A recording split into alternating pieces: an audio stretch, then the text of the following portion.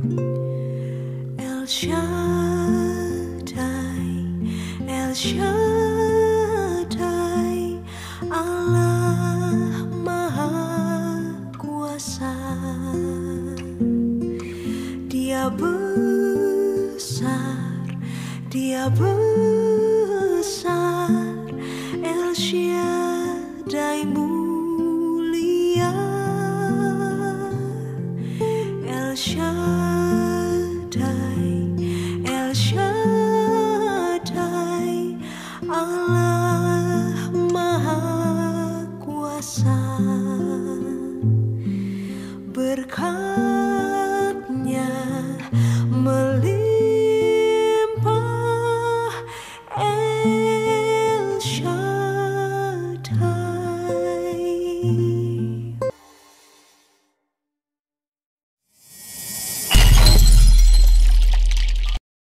Selamat hari Minggu, selamat datang kembali dalam kebaktian online dan juga kebaktian offline MDC Batam tanggal 1 November 2020.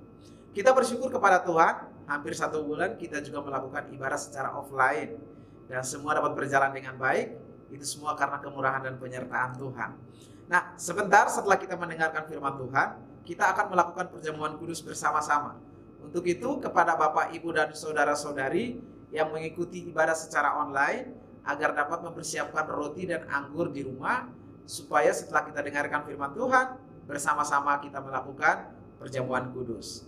Nah, kepada Bapak, Ibu, dan saudara-saudari yang sekarang hadir di dalam kebaktian offline, agar dapat memperhatikan protokol kesehatan secara ketat. Mari siapkan hati dan pikiran kita untuk bersama-sama kita memuji dan menyembah Tuhan kita. Selamat beribadah, Tuhan Yesus memberkati. Selamat hari Minggu bagi kita semua. Mari kita mempersiapkan hati kita untuk memuji dan memuliakan Tuhan kita, karena Dia Allah yang benar.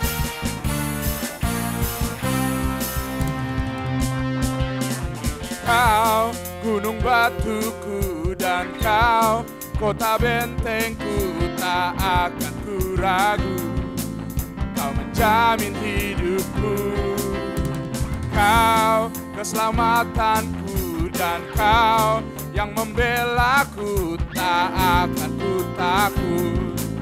Kuasa-Mu di dalamku, walau badai menerpa di dalam hidupku ini, namun tangan-Mu Tuhan mengangkatku tinggi.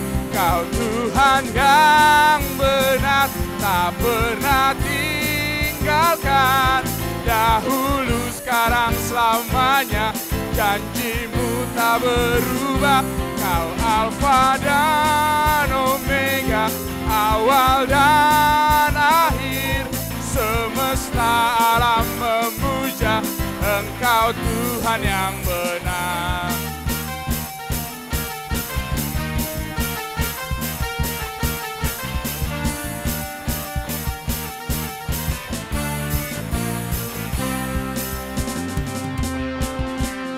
Kau gunung batuku dan Kau kota bentengku, tak akan ku ragu.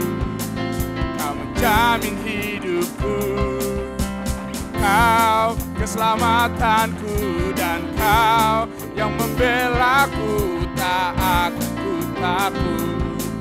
Kuasa-Mu di dalamku, walau badai menerpa di dalam hidupku ini, namun tangan-Mu Tuhan mengangkatku tinggi.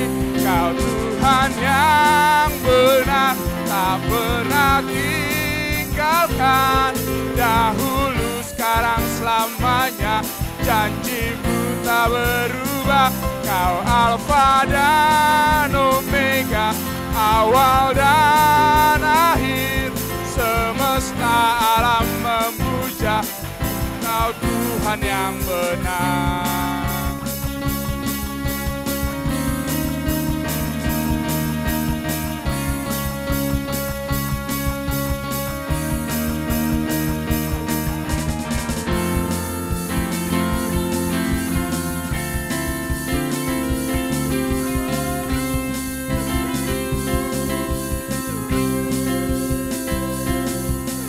Tuhan yang menerpa di dalam hidupku ini. Namun tangan-Mu Tuhan mengangkatku tinggi. Kau Tuhan yang benar, tak pernah tinggalkan. Dahulu, sekarang, selamanya, janji-Mu tak berubah. Kau Alfa dan Omega, awal dan akhir. Semesta alam memuja Engkau Tuhan yang benar. Kau Tuhan yang benar, tak pernah tinggalkan. Dahulu, sekarang, selamanya, janji-Mu tak berubah. Kau Alfa dan Omega, awal dan akhir. Semesta alam memuja Engkau Tuhan yang benar. Semesta alam memuja Engkau Tuhan yang benar. Semesta alam memuja Engkau Tuhan yang benar.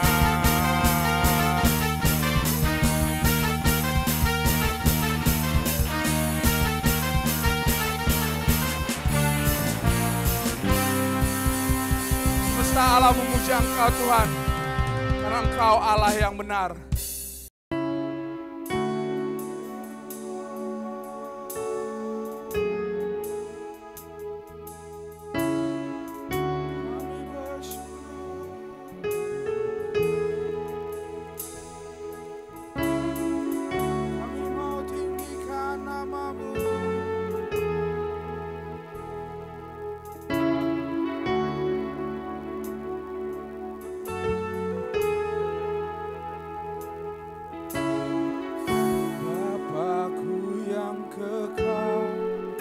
Pencipta yang esa,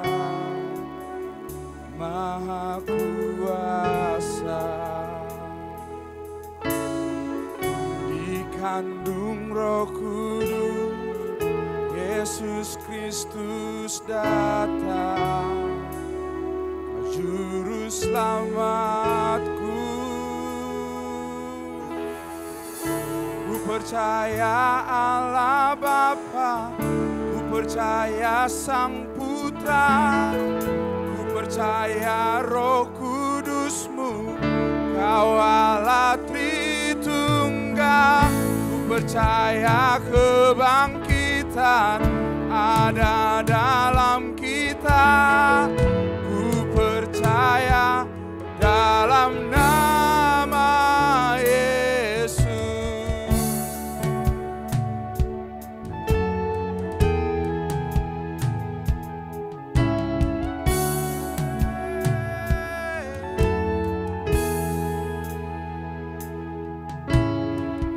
Hakim dan pembela di salib sengsara, Kaulah rahmatku.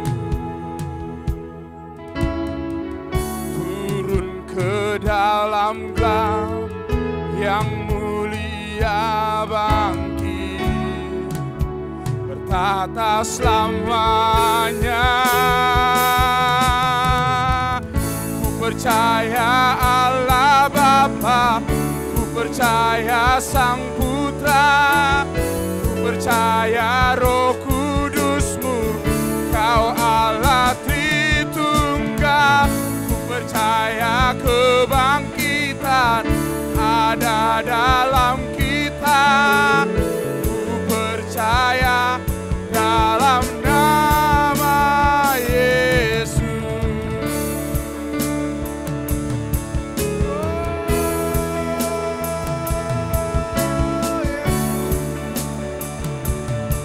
Dalam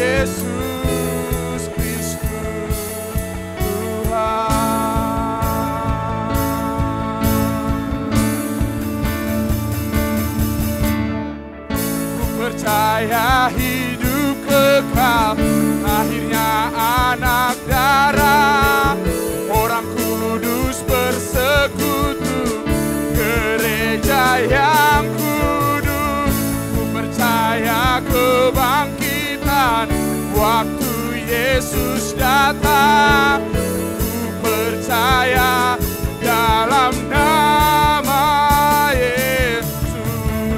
Ku percaya Allah Bapa, ku percaya Sang Putra, ku percaya Roh Kudus-Mu, Kau Allah Tritunggal. Ku percaya kebangkitan ada dalam kita. Ku percaya dalam nama Yesus. Ku percaya dalam nama Yesus.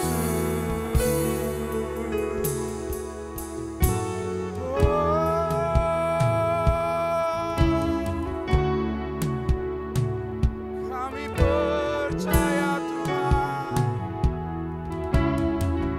Kaulah Allah kami, Kaulah Allah kami. Kami menyembah, kami tinggikan Engkau, Yesus. Terima kasih Tuhan.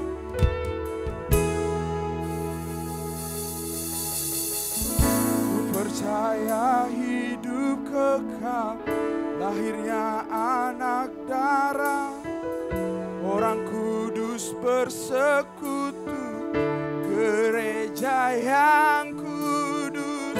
Ku percaya kebangkitan ada dalam kita. Ku percaya dalam nama Yesus.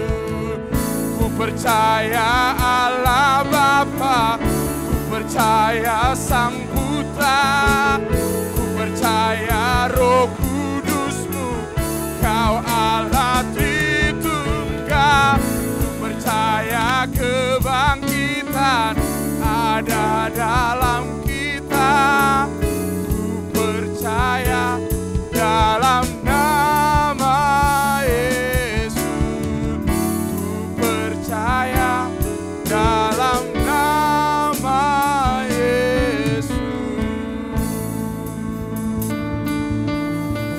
Haleluya. Amin.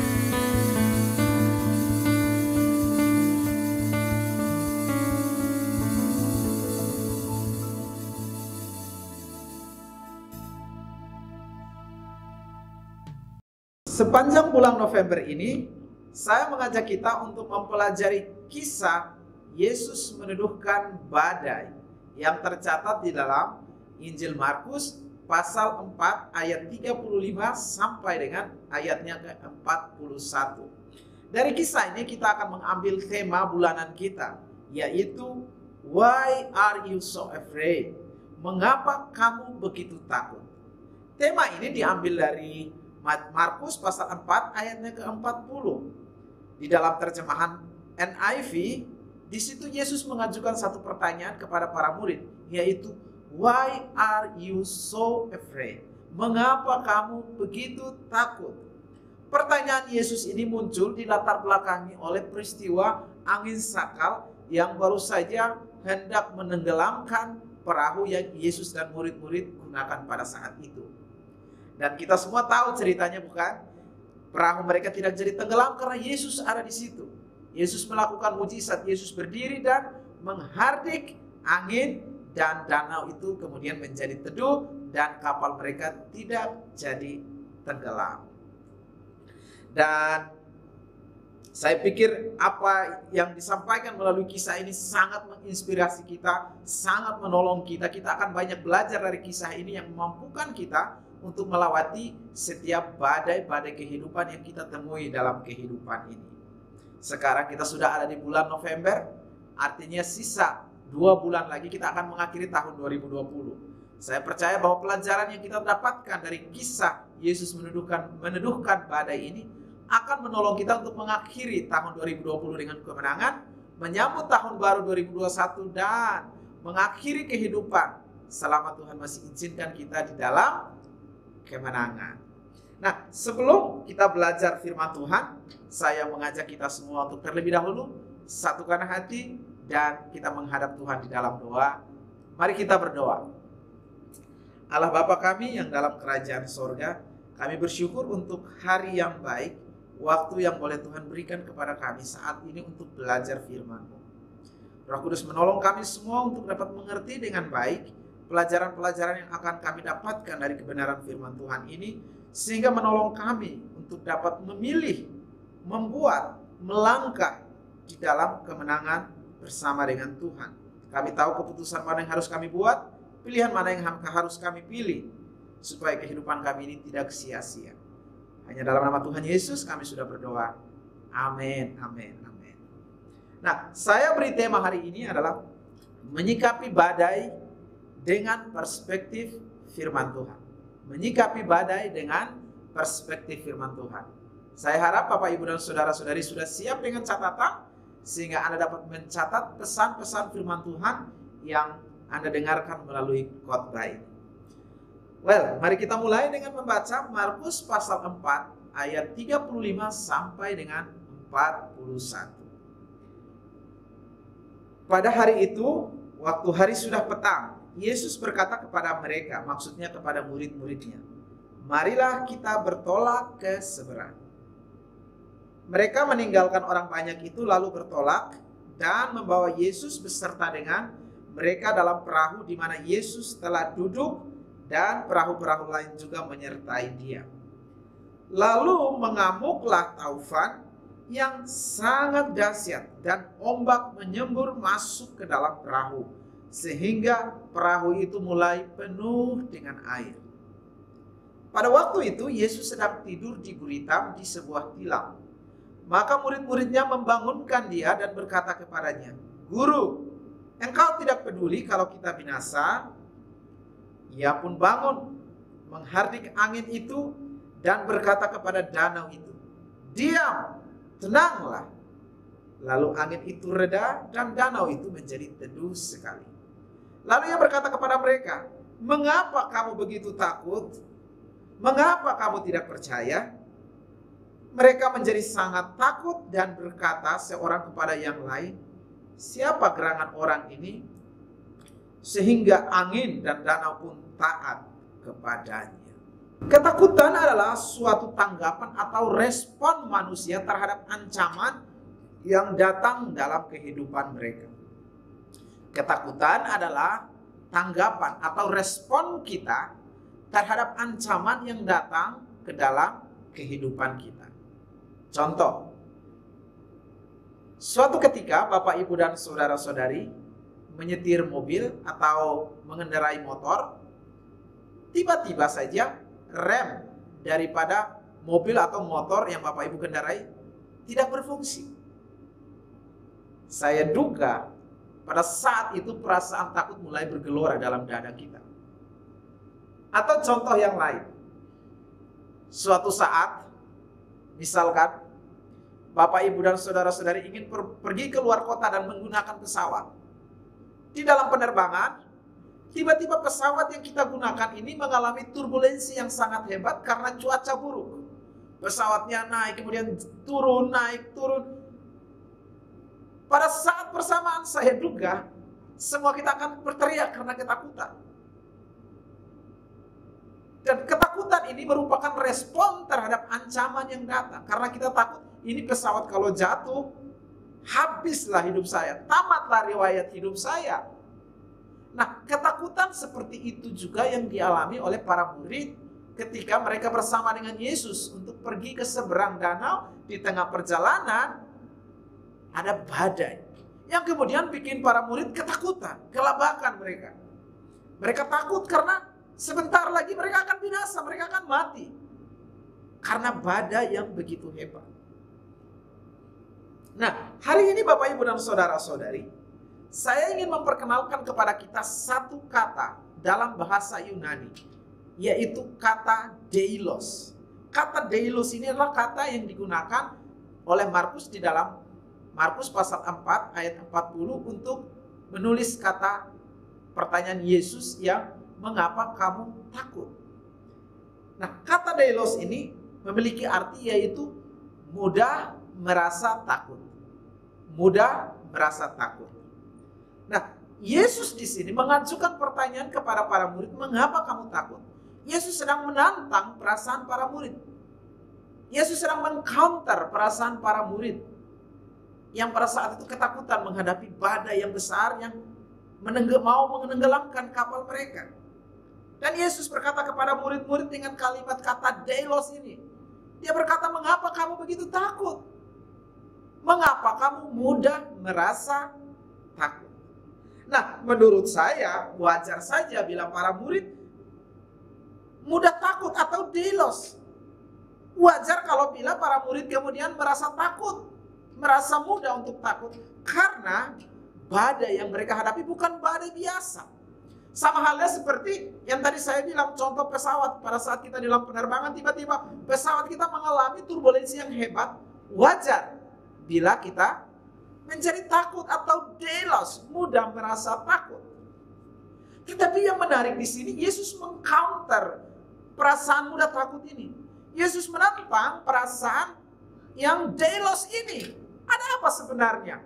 Ada pelajaran apa sehingga Yesus kemudian mau menantang perasaan merasa mudah takut ini? Ada dua alasan yang saya temukan di sini. Mengapa Yesus menentang atau meng-counter perasaan daripada murid yang mudah takut? Yang pertama adalah karena Yesus jauh lebih besar daripada badai yang dihadapi oleh para murid. Yesus jauh lebih besar daripada badai persoalan yang sedang dihadapi oleh para murid pada masa itu. Ibu bapak dan saudara-saudari sekalian, memang kalau kita lihat secara kasat mata tidak bisa dipungkiri, tidak bisa dimenafikan bahwa badai yang dihadapi oleh murid-murid pada masa itu merupakan badai yang besar. Karena badai itu hampir menenggelamkan perahu mereka. Para murid adalah orang-orang nelayan, tentu mereka sangat tahu. Mereka mengerti badai mana yang bahaya, badai mana yang tidak berbahaya. Tetapi badai yang ditemukan mereka di sini adalah badai yang sangat berbahaya. Itu sebabnya wajar bila kemudian para murid merasa mudah takut atau deilos ini. Tetapi pertanyaannya kenapa? Yesus berdiri dan berkata bahwa, mengapa kamu takut? Mengapa kamu deilos? Yesus ingin mengatakan kepada para murid bahwa aku Tuhan lebih besar daripada badai yang sedang kamu alami saat ini.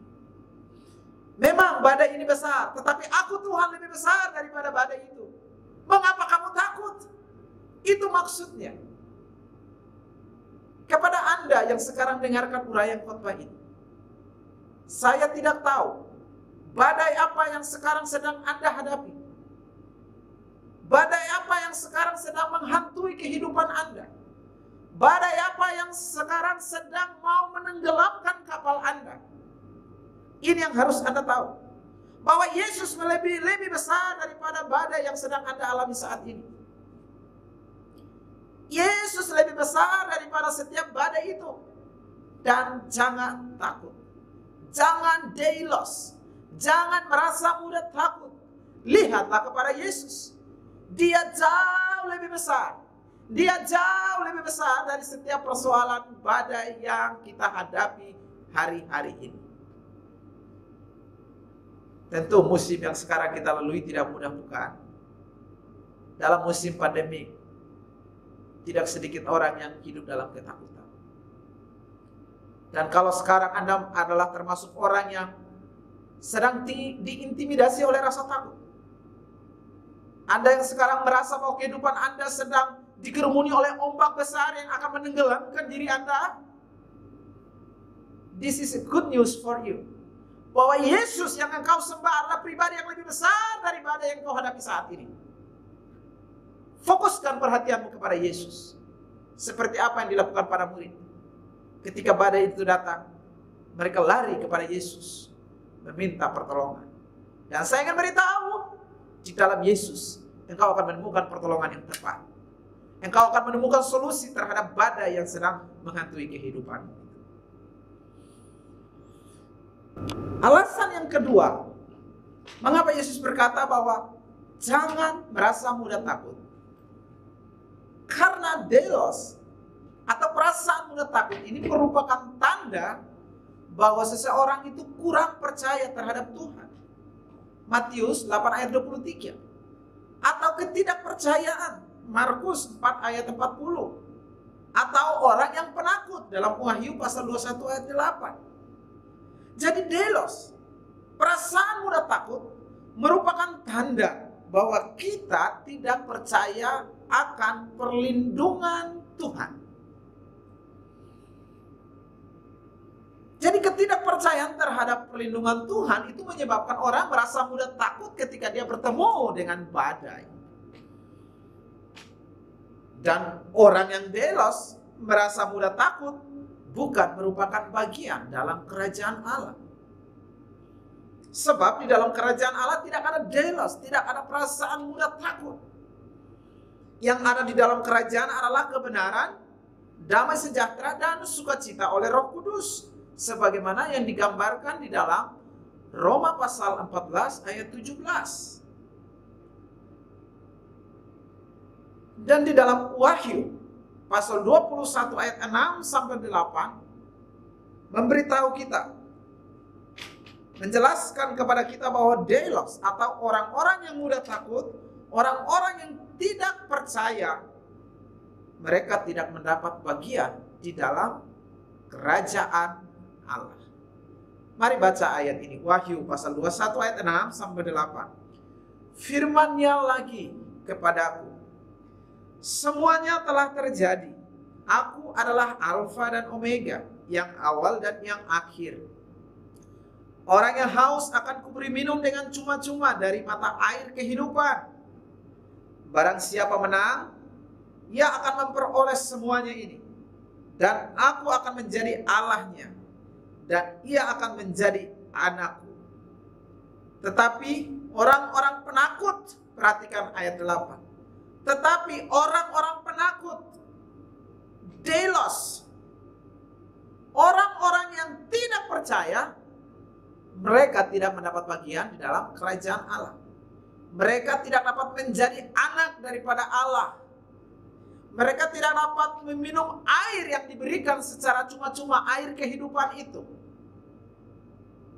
Orang-orang penakut, orang-orang tidak percaya beserta dengan orang-orang keji, orang-orang pembunuh, orang-orang sundal, tukang-tukang sihir, penyembah-penyembah berhala, dan semua pendusta. Mereka akan mendapat bagian mereka di dalam lautan yang menyala-nyala oleh api dan belerang. Inilah kematian yang kedua. Bapak, Ibu, dan saudara-saudari sekalian, hidup sebagai pengikut Kristus atau realita daripada kehidupan pengikut-pengikut Kristus bukanlah hidup yang bebas dari badai. Bukanlah hidup tanpa masalah dan persoalan. Tetapi kita hidup di dalam menghadapi badai.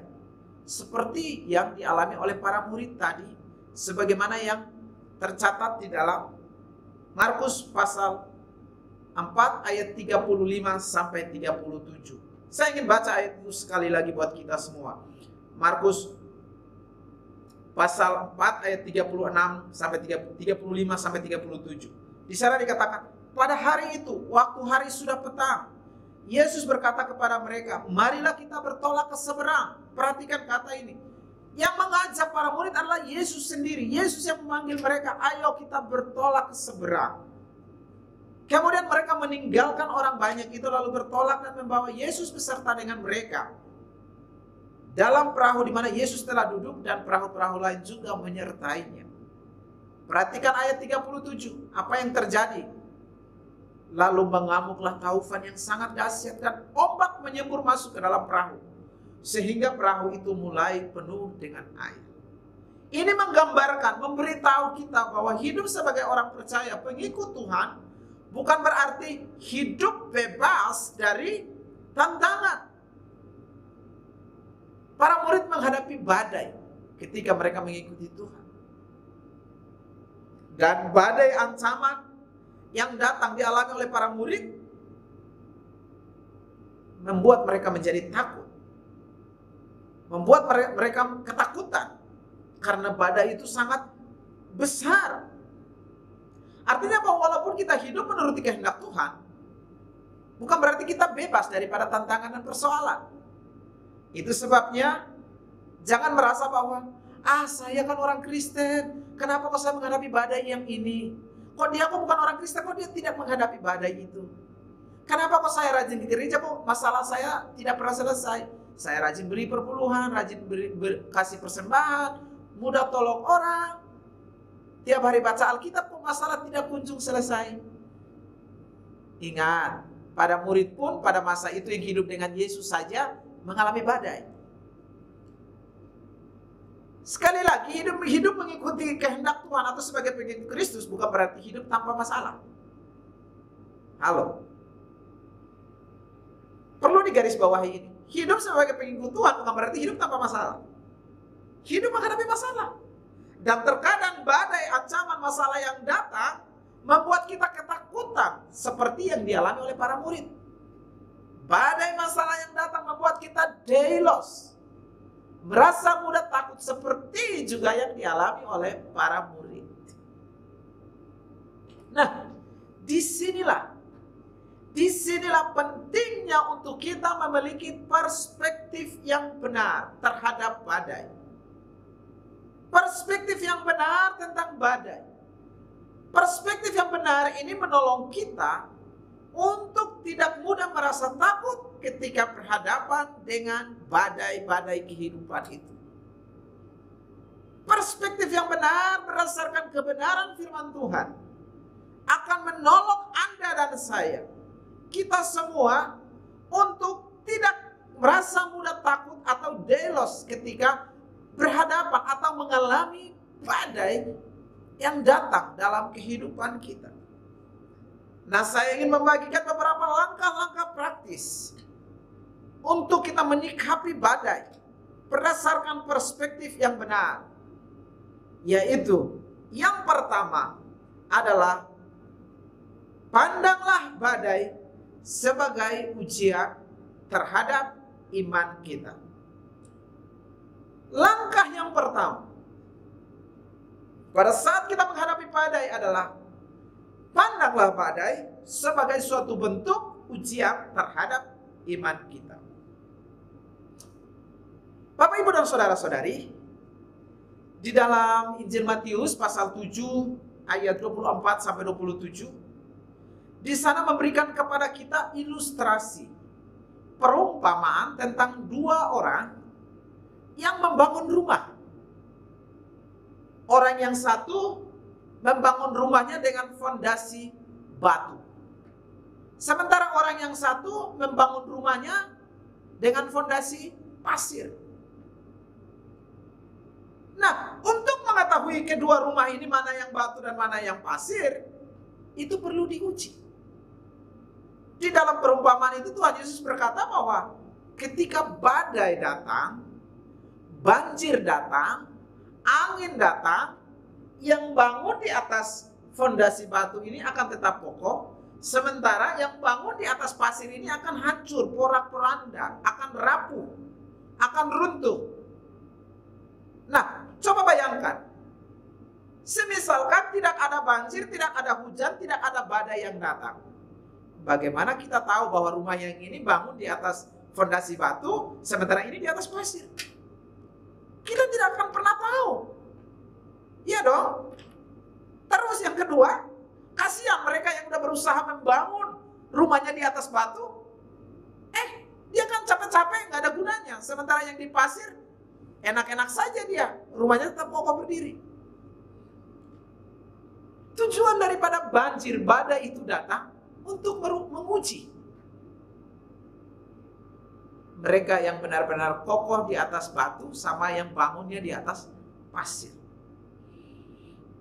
Demikian juga dengan kekokohan iman Anda dan iman saya. Apakah iman kita ini kokoh di atas batu yang kokoh? Ataukah iman kita ini dibangun di atas pasir? Semua diukur berdasarkan badai yang datang dalam kehidupan kita. Jadi jangan benci kalau badai datang. Jangan marah dengan badai. Badai itu merupakan ujian terhadap iman kita. Jadi kalau Anda ingin mau tahu seberapa kuatkah iman Anda, atau seberapa rapuh iman Anda, lihatlah bagaimana Anda meresponi masalah yang datang dalam hidup Anda. Apakah Anda akan merespon dengan deilos atau tidak?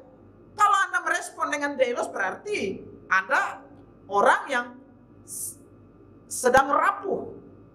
Tetapi kalau kemudian badai datang, persoalan datang, Anda tidak takut dan Anda tetap kokoh, berarti Anda adalah pribadi yang sudah membangun imannya di atas batu yang kuat.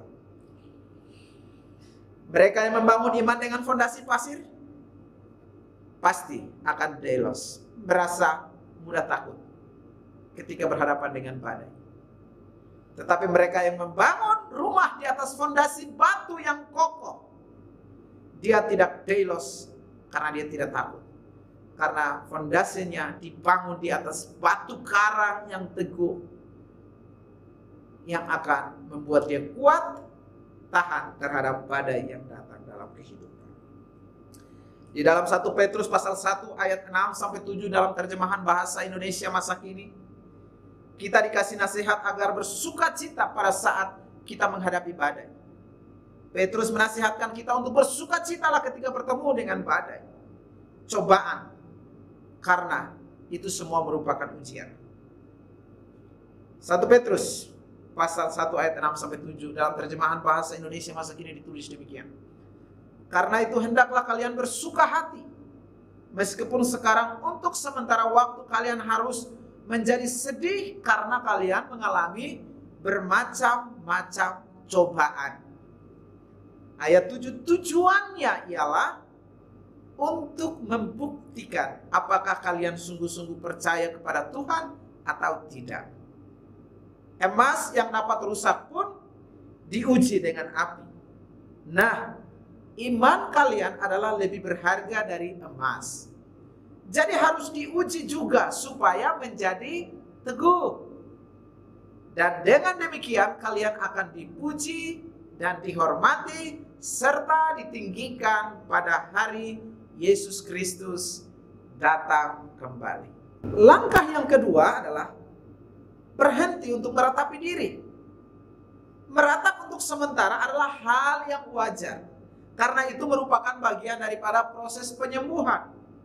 Tetapi janganlah kita menjadi meratap terus-menerus, karena hal itu akan mematahkan semangat juang kita untuk bangkit. Hal itu akan melemahkan diri kita. Ingatlah selalu akan hal ini Bapak Ibu dan saudara-saudari. Penderitaan, badai, dan ujian yang sekarang ini bersifat cuma sementara. Setelah penderitaan ini berlalu, kita akan mendapatkan kemuliaan yang lebih besar. 2 Korintus pasal 4 ayat 16 dan 17 dikatakan demikian. Sebab itu kami tidak tawar hati, tetapi meskipun manusia lahiriah kami semakin merosot karena badai dan persoalan, namun manusia batinnya kami diperbaharui dari hari ke hari. Ayat 17. Sebab penderitaan ringan yang sekarang ini, badai yang sekarang ini kita hadapi, penderitaan yang sekarang Anda hadapi, saya hadapi, mengerjakan bagi kita kemuliaan yang kekal, yang melebihi segala-galanya, jauh lebih besar daripada penderitaan yang kita hadapi. Sekali lagi saya baca ayat 17. Sebab penderitaan ringan sekarang ini mengerjakan bagi kami kemuliaan kekal yang melebihi segala-galanya, jauh lebih besar daripada penderitaan kami.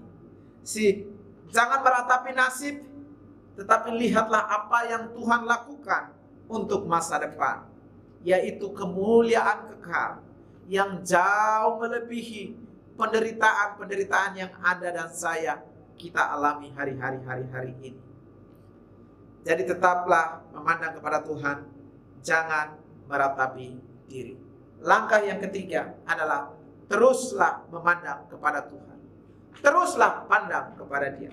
Hidup ini sangat ditentukan ke arah mana kita memandang.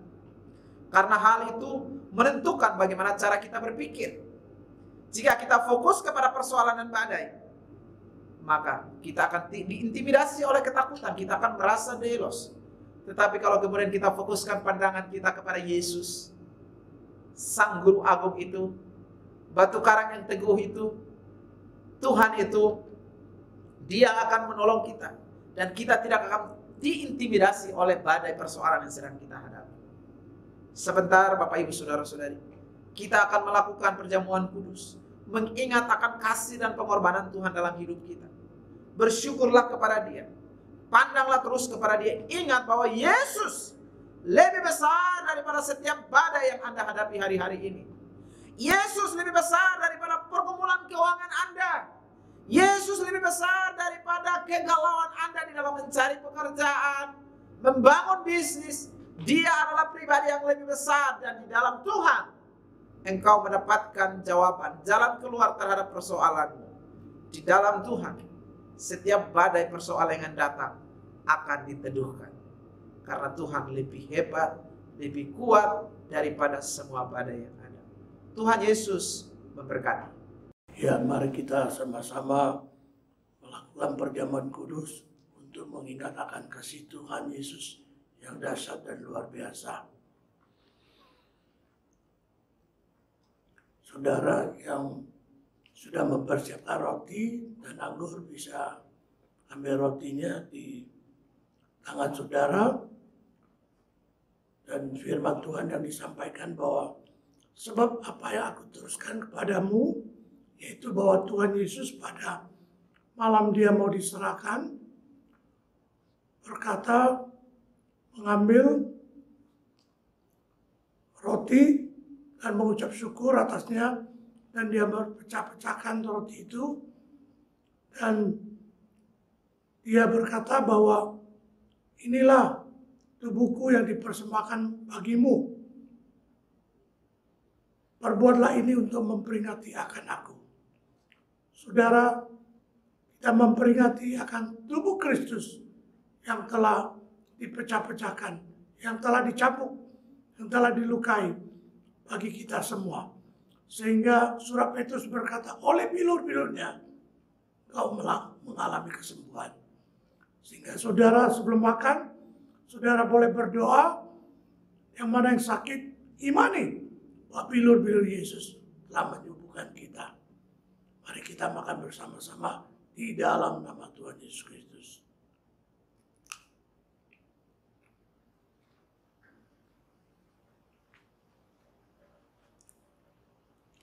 Dan setelah makan dia mengambil cawan dan berkata bahwa cawan ini adalah cawan perjanjian baru. Cawan perjanjian baru, saudara, yang dimateraikan oleh darahku, maksudnya darah Yesus, yang telah memulihkan kita, yang telah mempersatukan kita dengan Allah Bapa. Dan firman Tuhan itu berkata, lakukanlah ini setiap kali kamu minum akan untuk memperingati akan aku. Memperingati bahwa darah Yesus telah menyucikan kita dan membebaskan kita.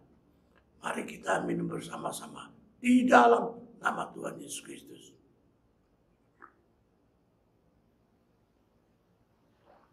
Haleluya, haleluya. Kita bersyukur kepada Tuhan.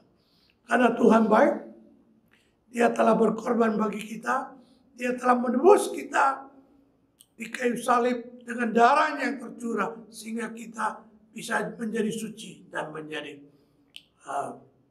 bebas dari dosa dan diselamatkan dari dosa. Terima kasih Tuhan, terima kasih Yesus. Tuhan, sekali lagi kami mengucap syukur bahwa Engkau telah berkorban bagi kami, sehingga kami telah ditebus oleh tubuh-Mu dan darah-Mu yang terbaik di kayu salib. Terima kasih Tuhan, di dalam nama Tuhan Yesus Kristus. Haleluya. Amin. Saudara, minggu depan kita tetap ada ibadah online dan onsite di Batu Aji dan di Sungai Panas. Ya, saudara memberi persembahan Sebagai ucapan syukur, saudara bisa transfer di rekening yang tertera di monitor. Dan jangan lupa, Selasa kita ada doa bersama lewat Zoom. Saudara bisa mengikuti bersama-sama untuk doakan bangsa dan negara kita. Ya, sebelum kita tutup, kita juga doa untuk syafaat untuk bangsa dan negara kita, untuk kota kita. Mari kita doa bersama-sama. Tuhan Yesus, kami bersyukur, kami berterima kasih. Pagi hari ini kami telah ibadah kepadamu. Biar setiap hamba-hamba Tuhan yang melayani, Tuhan berkati, Tuhan pakai lebih dahsyat, lebih luar biasa. Pada saat ini juga kami mau serahkan bangsa dan negara kami, khususnya Presiden, Wakil Presiden, para menteri dan jajarannya, serta MPR, DPR pusat, serta sampai ke daerah-daerah DPRD.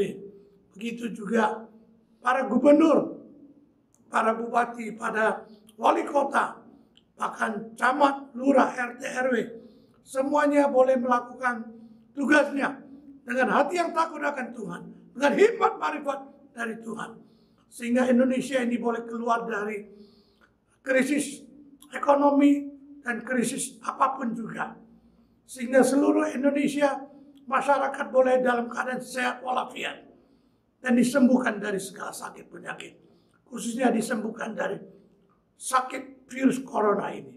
Terima kasih Tuhan, terima kasih Yesus.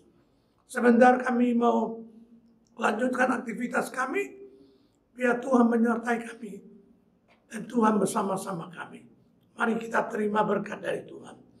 Biar berkat dari Allah Bapa di dalam kasih sayang Yesus Kristus yang telah korban di kayu salib memberkati saudara sekalian, sehingga apapun yang saudara kerjakan disertai Tuhan, dan keluarga saudara disertai Tuhan, kesehatan saudara disertai Tuhan, dan biar pimpinan Roh Kudus boleh memimpin saudara, sehingga saudara makin hari makin meningkat iman percayanya pada Tuhan Yesus Kristus. Terima kasih Tuhan. Segala hormat, segala puji syukur, segala anugerah yang besar menyertai saudara dengan damai sejahtera, dengan sukacita yang melimpah-limpah. Di dalam nama Tuhan Yesus Kristus. Haleluya. Amin.